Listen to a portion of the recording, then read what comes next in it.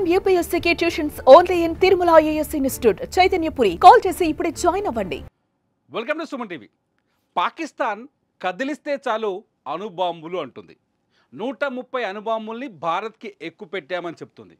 130 అణుబాంబుల్ని పేలిస్తే భారత్ నాశనమవుతుందని బెదిరిస్తుంది. ప్రతిసారి చిన్న ఆర్మీని డిప్లాయ్ చేసినా అణుబాంబులు వేస్తామని చెప్తోంది. సింధు జలాన్ని ఆపేసినా అణుబాంబులు వేస్తామని చెప్తోంది.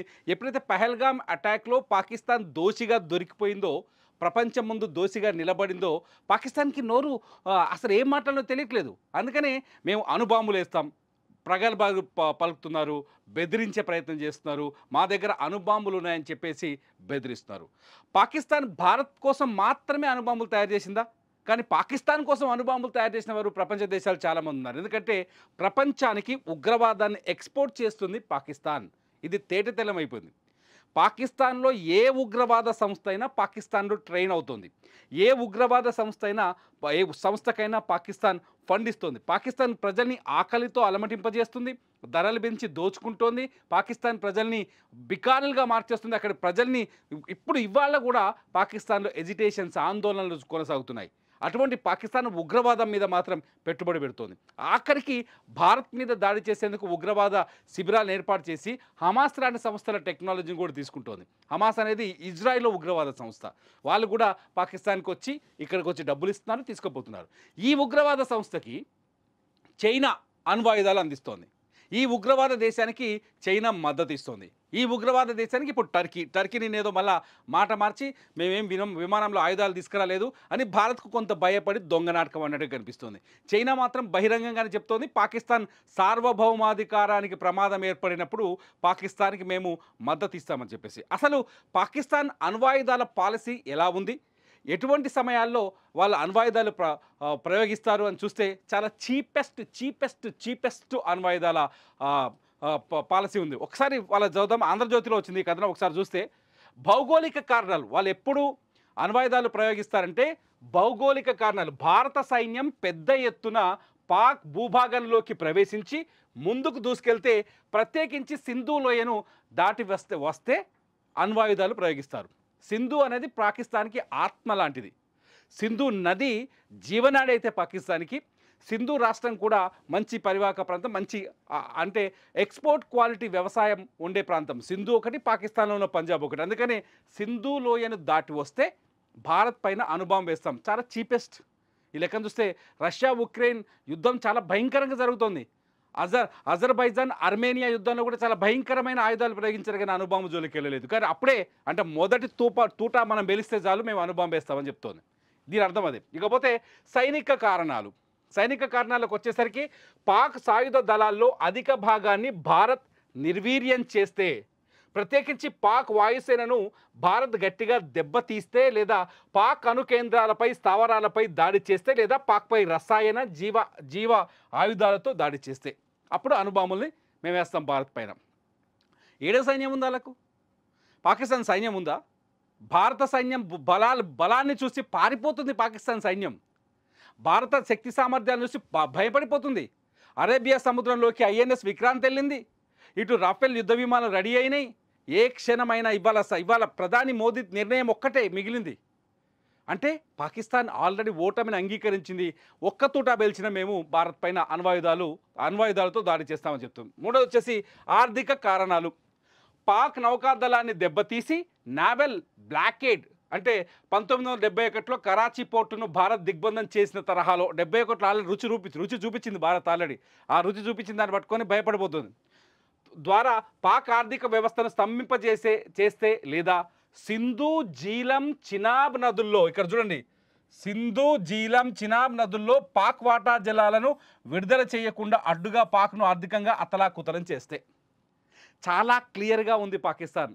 ఒకవేళ భారత్ జోలికి వెళ్తే సింధు జలాన్ని ఆపేస్తారు.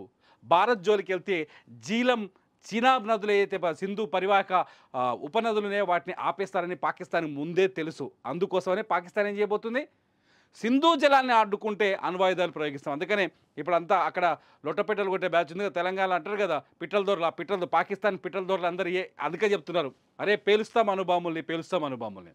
ఇకపోతే రాజకీయ కారణాలు. నాలుగో కారణం, పాక్లో రాజకీయ అస్థిరత కలిగిస్తే లేదా పాక్ ఏదైనా ప్రాంతాన్ని ఆ దేశం నుంచి విడగొడితే పీఓకే ఎట్లాగో తెచ్చుకోవాలి, యుద్ధం చేస్తే తప్పదు భారత్కి. పీఓకే పైనే మొదటి పోరాటం ఉంటుందని అర్థమవుతుంది. సో అణుబాంబు వేస్తారటప్పుడు పాక్లో అంతర్గత రాజకీయ విభేదాలు రెచ్చగొడతారు. అరే బాబు మీరు రెచ్చగొట్టినందుకు ఆల్రెడీ మీ రాష్ట్రం సింధు రాష్ట్రంలో పంజాబ్ రాష్ట్రం కొట్టుకుంటున్నాయి ఆడ నీళ్ళ కోసం. సింధు రాష్ట్రంలో 82 లక్షల ఎకరాలకు మాత్రమే నీరు అందుతుంది సింధు జలాల్ని, ఇంకా 1,80,00,000 ఎకరాలకు నీళ్ళు అందట్లేదని చెప్పి సింధు రాష్ట్ర ప్రజలు ఆందోళన వ్యక్తం చేస్తారు. భారత్తో కాదురా బాబు ముందు మా యుద్ధం సంగతి తెలుసని చెప్తున్నారు. రెండో పాయింట్ వచ్చేసి కేవలం పంజాబ్కే 3 కోట్ల ఎకరాలకి నీళ్ళు ఇస్తున్నారు, సింధుని ఎండబెడుతున్నారు.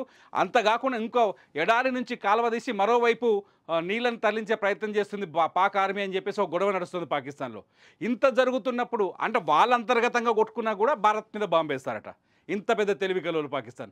ఆల్రెడీ బలూచిస్తాన్ వాళ్ళని పక్కలో బల్లెలా తయారైంది. అక్కడ నుంచి బలూచిస్తాన్ లిబరేషన్ ఆర్మీ నిన్నో మొన్న దాడి చేస్తే 40 మంది పాక్ సైనికులు చనిపోయారు. ఒక రైల్నే వాళ్ళు హైజాక్ చేస్తే ఏం చేయలేకపోయింది పాకిస్తాన్. సో అత్యంత తక్కువ స్థాయి కారణాలు పెట్టుకొని అణు బాంబుల్ని దగ్గర పెట్టుకొని ప్రపంచ దేశాలు, నాట్ ఓన్లీ భారత్, ఇది భారత్నే కాదు ఇతర చుట్టుపక్కల ఉన్న నైబర్ కంట్రీస్ని బెదిరించే ప్రయత్నం చేస్తుంది. ఎందుకు నైబర్ కంట్రీస్ అంటున్నారంటే ఇవాళ ఆఫ్ఘనిస్తాన్ తాలిబాన్ల విధానాల్ని అమల్లోకి వచ్చిన ఆఫ్ఘనిస్తాన్ కూడా ఇవాళ భారత్లో జరిగిన పహల్గాం దాడి హింసనే ఆఫ్ఘనిస్తాన్లో అతిపెద్ద ఆయుధం. అటువంటి హింసాత్మకమైన హింసాత్మకంగా ఆలోచించే తాలిబాన్లు కూడా పహల్గాంలో అమాయకుల మీద, తాలిబాన్లు ఎప్పుడైనా ఎటువంటి దాడులు చేస్తారు తిరగబడే వాళ్ళపైన, పహల్గాంలో అమాయకుల పైన ఉగ్రవాదులు దాడి చేస్తే తాలిబాన్ ప్రభుత్వం, ఆఫ్ఘనిస్తాన్లో ఏర్పడిన తాలిబాన్ ప్రభుత్వం ఆ పహల్గాం దాడిని మానవత్వం పైన దాడి కింద అభివర్ణించింది. ఇవాళ ఒకవేళ పాక్తో యుద్ధం జరిగితే మేము భారత్ వైపు నిలబడతామనే ధోరణిలో ఉంది ఇవాళ ఆఫ్ఘనిస్తాన్. భారతాలకు అటు ఆ స్థాయిలో ఆర్థిక సహాయం చేస్తోంది. ఆఫ్ఘనిస్తాన్ అభివృద్ధి కోసం భారత్ దాదాపు 20,000 కోట్లకు పైగా ఇప్పటికే ఖర్చు పెట్టింది. అందుకని ఆఫ్ఘనిస్తాన్ భారత్తో స్నేహస్థాన్ని సాధిస్తోంది. సో పాకిస్తాన్ ఏం చేస్తుంది, తన సొంత కమ్యూనిటీని కూడా దగ్గరగా పెట్టుకునే పరిస్థితి లేకుండా పోయింది పాకిస్తాన్. అయితే ఎందుకు ప్రతిసారి అణ్వాయుధం పేరుతో పాకిస్తాన్ ఇండియాను బెదిరిస్తుందంటే దీనికి మొదటి కారణం చైనా. ఎందుకంటే పాకిస్తాన్లో అణ్వాయుధాల తయారీకి అమెరికా మొదటి పునాది వేసి, అమెరికా అణ్వాయుధాల తయారీ స్థావరాలను ఏర్పాటు చేసి వాళ్ళకు సపోర్ట్ చేస్తే, ఆ తర్వాత చేసి వెళ్ళిపోతే అమెరికా అదొక చెత్త దేశం, పరమ చెత్త దేశం, వాళ్ళకి తెలివి లేదు, వాళ్ళకు ఒకవేళ అణ్వాయుధాలను ఇస్తే ప్రపంచమైన ఉగ్రవాదాన్ని ఉసుగొల్పుతారని అమెరికా దాని అనుబంధ దేశాలు యూరప్ దేశాలు వెళ్ళిపోతే చైనా ఆ సందులోకి ఎంటర్ అయ్యి అణ్వాయుధాలు ఎలా చేయాలో ఒక బ్లూ ప్రింట్ ఇచ్చి అణ్వాయుధాల తయారీకి కేంద్రాలను ఏర్పాటు చేసి, అంతేకాదు యురేనియం, టైటానియం లాంటి పదార్థాలతో అణ్వాయుధాల్ని, బాంబుల్ని ఎలా తయారు నేర్పించొచ్చింది చైనా. ఆ చైనా బలం చూసుకొని తొడగొడుతుంది పాకిస్తాన్. ఒక రకంగా పాకిస్తాన్ దగ్గర అణ్వాయుధాలు ఉన్నాయా, ఎంతవరకు సక్సెస్ అయిన పక్కన పెడితే చైనా బలం కనిపిస్తోంది. పాకిస్తాన్ ఆయుధ సంపత్తిలో చైనాకి 82% వాటా ఉంది. కొత్తగా టర్కీ వచ్చి చేరింది. టర్కీ విషయం ఇక్కడ మాట్లాడాల్సి వస్తుందంటే అజర్బైజాన్ అర్మేనియా యుద్ధంలో టర్కీ నుంచి దిగుమతి చేసుకున్న ఆయుధాలతో అజర్బైజాన్ అర్మేనియాపై ఆధిపత్యాన్ని చెలాయించింది, ఆధిపత్యాన్ని చేజిక్కించుకుంది. సో టర్కీ ఆధునిక ఆయుధాలతో పాకిస్తాన్ దగ్గర వ్యాపారం చేసే ప్రయత్నం చేస్తుంది. కాబట్టి టర్కీతో కొంత ఈ టర్కీ బలాన్ని కూడా అండగా చూసుకొని పాకిస్తాన్ ఇవాళ తొలగొడుతుంది. ఇవాళ నవాజ్ షరీఫ్ కూతురు మిరాయి కూడా చాలా స్పష్టంగా చెప్తుంది. ఎవడు చూడు ఏడ రాజకీయ మీటింగ్ పెట్టినా కూడా పాకిస్తాన్లో ఏం చెప్తున్నారంటే మేము అణుబాంబులతో భారత్ని పేల్చేస్తాం. అంత దమ్ముందా? అణుబాంబుల్ని అడ్డుకునే శక్తి భారత్కు ఉంది, అణుబాంబుల్ని కూడా తట్టుకునే శక్తి భారత్కు ఉంది. అణుబాంబులో ఒక భారత్లో పుట్టిన ఒక ముస్లిం నాయకుడే అణుబాంబుల్ని పరీక్షించింది శాస్త్రవేత్తే, ఆయన ఎవరో కాదు, అబ్దుల్ కలాం. సో అణుబాంబులు తయారు చేయడం కాదు అని ఎలా ఎదుర్కోవాలో కూడా భారత్కు తెలుసు. ఈ నేపథ్యంలో పాకిస్తాన్ పిల్లి బిత్తిరి బెదిరింపులకు భయపడాల్సిన అవసరం లేదని ప్రతి భారత పౌరుడికి తెలుసు. మరి మీరేమనుకుంటున్నారు? పాకిస్తాన్ నిజంగానే భారత్ పైన అణుబాంబులు వేస్తుందా? పాకిస్తాన్ అణుబాంబులకు వేసేంత శక్తి పాకిస్తాన్కు ఉందా? మీరేమనుకుంటున్నారో ఈ వీడియో కింద కామెంట్ చేయండి. చూస్తూనే ఉండండి సుమన్ టీవీ.